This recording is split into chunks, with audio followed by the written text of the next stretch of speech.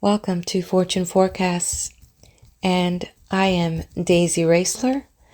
We are going through the writings of William Walker Atkinson in his book Thought Vibration, or the Law of Attraction in the Thought World.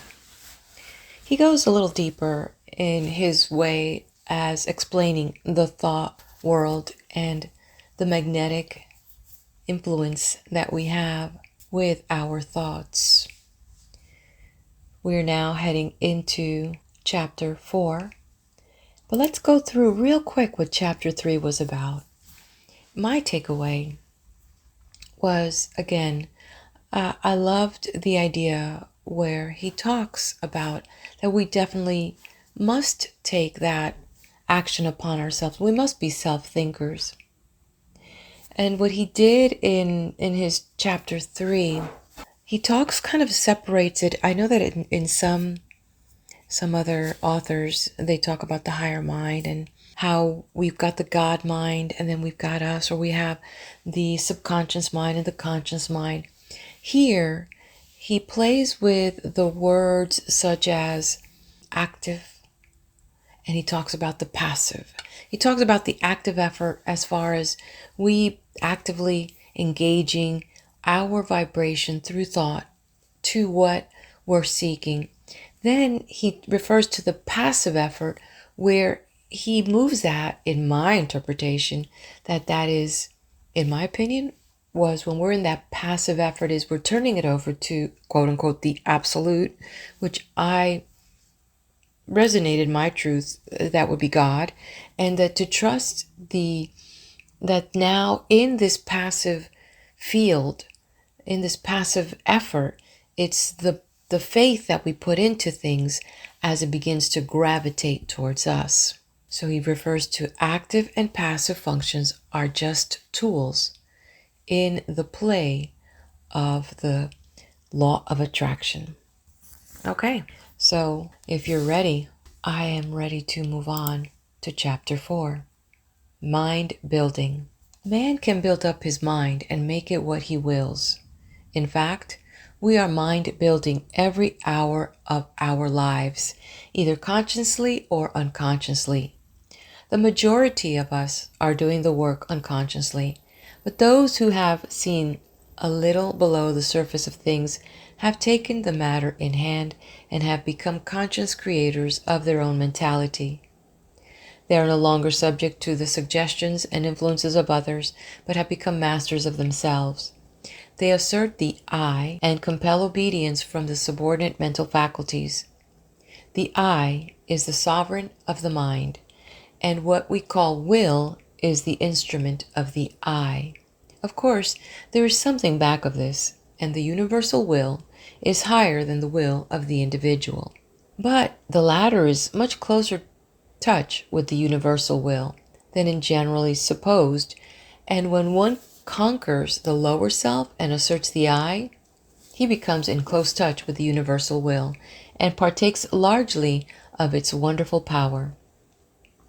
The moment one asserts the I and finds himself, he establishes a close connection between the individual will and the universal will. But before he is able to avail himself of the mighty power of this command, he must first effect the mastery of the lower self.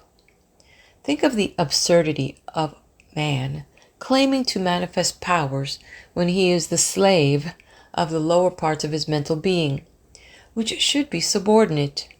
Think of a man being the slave of his moods, passions, animal appetites, and lower faculties, and at the same time trying to claim the benefits of the will. Now, I'm not preaching asceticism, which seems to me to be a confession of weakness. I am speaking of self-mastery, the assertion of the I over the subordinate parts of oneself.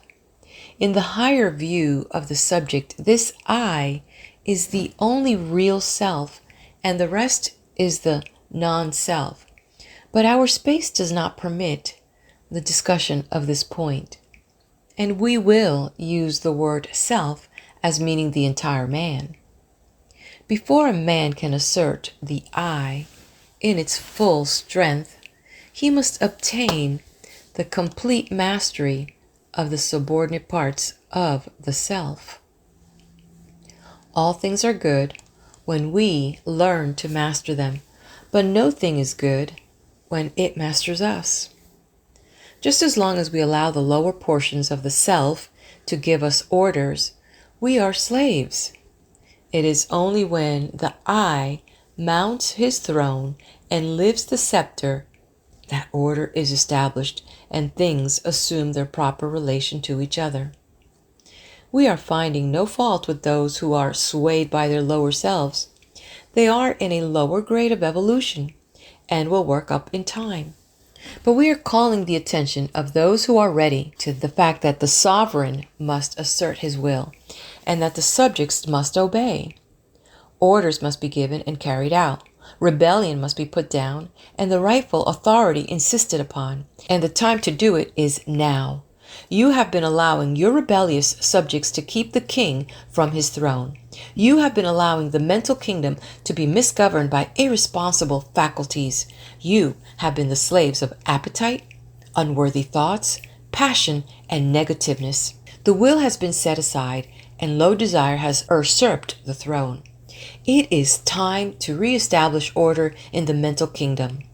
You are able to assert the mastery over any emotion, appetite, passion, or class of thoughts by the assertion of the will.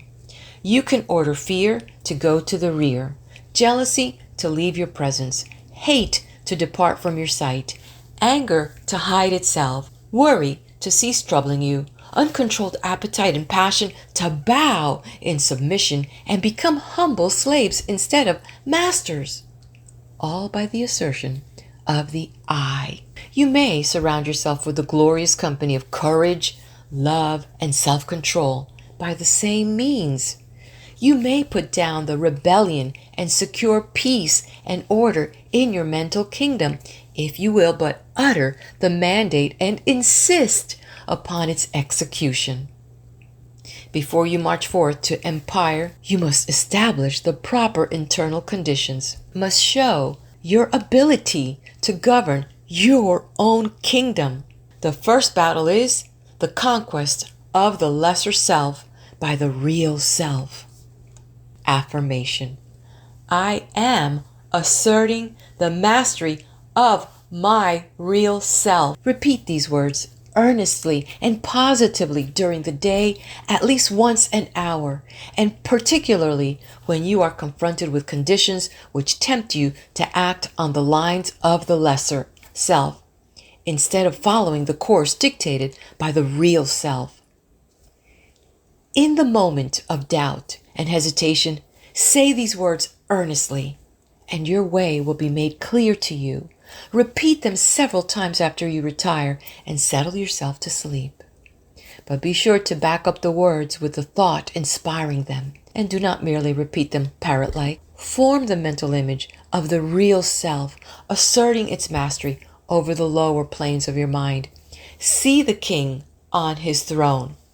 You will become conscious of an influx of new thought, and things which have seemed hard for you will suddenly become much easier. You will feel that you have yourself well in hand, and that you are the master and not the slave. The thought you are holding will manifest itself in action, and you will steadily grow to become that which you have in mind. Exercise. Fix the mind firmly on the higher self and draw inspiration from it when you feel led to yield to the promptings of the lower part of your nature.